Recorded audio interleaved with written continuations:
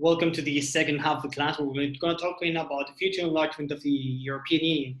And actually, the importance of the future enlargement is not only what these members can bring to the European Union in terms of the economy, but it's also think about it in a geopolitical way and how strategically they can play. And actually, right now, it's whether they will fall towards Russia or whether they're going to act independently and what the sphere of influence these countries are going to move to. First, we're going to talk about the Balkans, and in this map, you can see what the picture looks like. And we know that Slovenia became a member in 2004, and Croatia is the latest member that joined in 2013.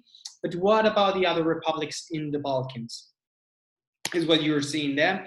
Bosnia and Herzegovina applied in 2016. Kosovo is still a potential candidate. It's a big issue, Kosovo. As you know, for example, Spain does not recognize Kosovo as a country. We still consider it part of Serbia. So actually, that's a big problem for the negotiations. If a member state of the European Union does not recognize a potential candidate, what is to happen there?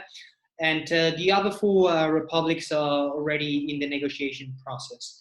Some of them for a longer period of time. For example, North Macedonia has been negotiating since 2005. Actually, with the change of name last year, this might actually speed up the process. And well, we also have Montenegro, Albania, and Serbia negotiating since the years you see in the screen. So these are the status of each of them.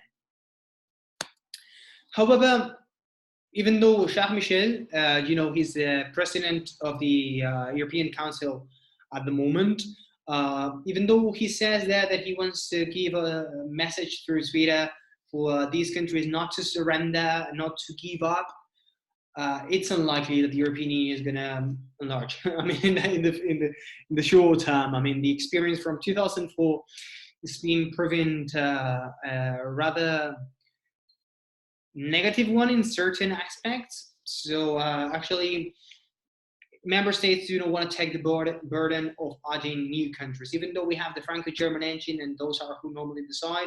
Remember when we were talking about the European Union scenarios, overloading the European Union might be problematic at this point.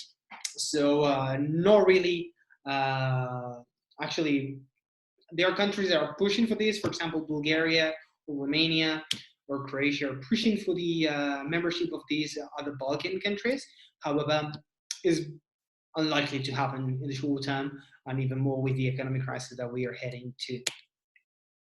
So what are the main issues there? Well, first one, also the previous experience, but also the stability in the region. By the end of the day, by becoming part of the European Union, this will guarantee the stability. Corruption is a big problem in these countries, but so it is in Bulgaria. I mean, I can tell you, I think it was 2 years ago, I went with a European Union project to Sofia, and I have never been, well, I have been in Morocco, that is probably the same level, but the levels of corruption shocked me to an incredible level. When discussing with politicians and officials, it was not fantastic. And you can imagine in other countries that are not even part of the European Union at the moment. And that's the one I told you about Kosovo and the problem with Spain not recognizing it as an independent country. The other big candidate is Turkey. Turkey submitted its application in 1987, as you can see there. It became a candidate. It was accepted into negotiations in 1999. However, the negotiations did not start up until 2005. And from 2005, we've been working on those negotiations. However, you can, I'm sure you can imagine what kind of problems could pose and what kind of advantages Turkey becoming a member of the European Union might bring to the table. Actually, I can remember when I was at university, I was part of the debate society of Universidad Pablo de la Vide. And the first tournament we went to, we were debating on whether Turkey should become or not a member of the European Union. And obviously, there are pros and cons all that you can think of. I mean, by the end of the day, it's a Muslim country within the European Union, 80 million people that will break the balance, but also that will give you great legitimacy to talk to other parts of the world. You will bring stability, maybe improving democracy in Turkey. So obviously, all that have to be taken into account. What are the position of the member states? France and Germany have always been kind of reluctant regarding Turkey being a member state. Germany has a large Turkish minority, and actually they could challenge their leadership, so to say, in terms of population, as more or less they have the same population. Spain, actually, you remember that I haven't talked about this in this class, it was in another class. Alliance in, I think it was 2006, 2007, the president of the Spanish government brought up with Erdogan, Prime Minister of Turkey, at that time, the Alliance of Civilization to United Nations. And actually, at that time, the relations between Spain and Turkey were really strong. So Spain at that time firmly supported Turkey becoming a member of the European Union. But actually, events have developed. How did it develop?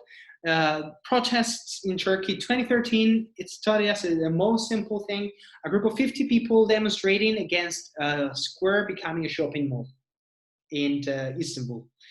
Police actually confronted the protesters using tear gas, using these kind of armed vehicles, and that escalated because of what became as a protest about a shopping mall became bigger, and a protest against the judiciary, against the police, against the government.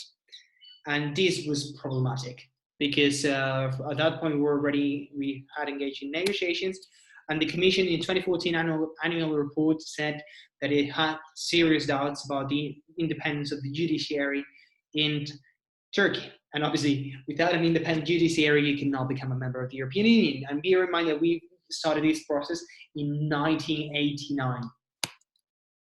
In 2016, do you remember that when we talked about migration and the refugee crisis, the European Union struck a deal with Turkey to create these camps in Turkish soil for refugees in return of financial aid.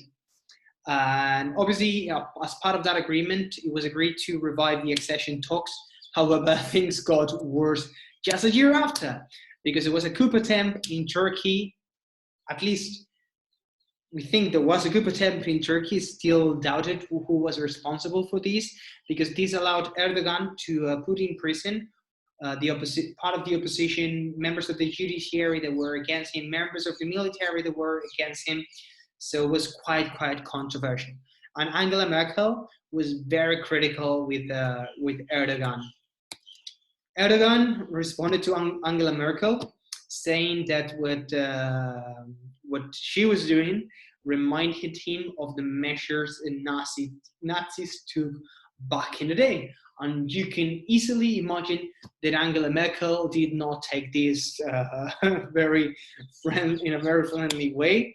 Angela Merkel said in 2017 that there was need to seek an end to the talks. There was no point negotiating with Turkey anymore at that point. And February 2019, the European Parliament called for a total suspension of the accession talks with Turkey. So in the foreseeable future and the midterm, Turkey is not going to become a member of the European Union. And quite likely, this will never happen given the precedent of the last couple of years. However, Turkey is a strategic ally. Remember that Turkey is part of NATO. The US has relevant bases, military bases in Turkey. Kirlik is a very big one.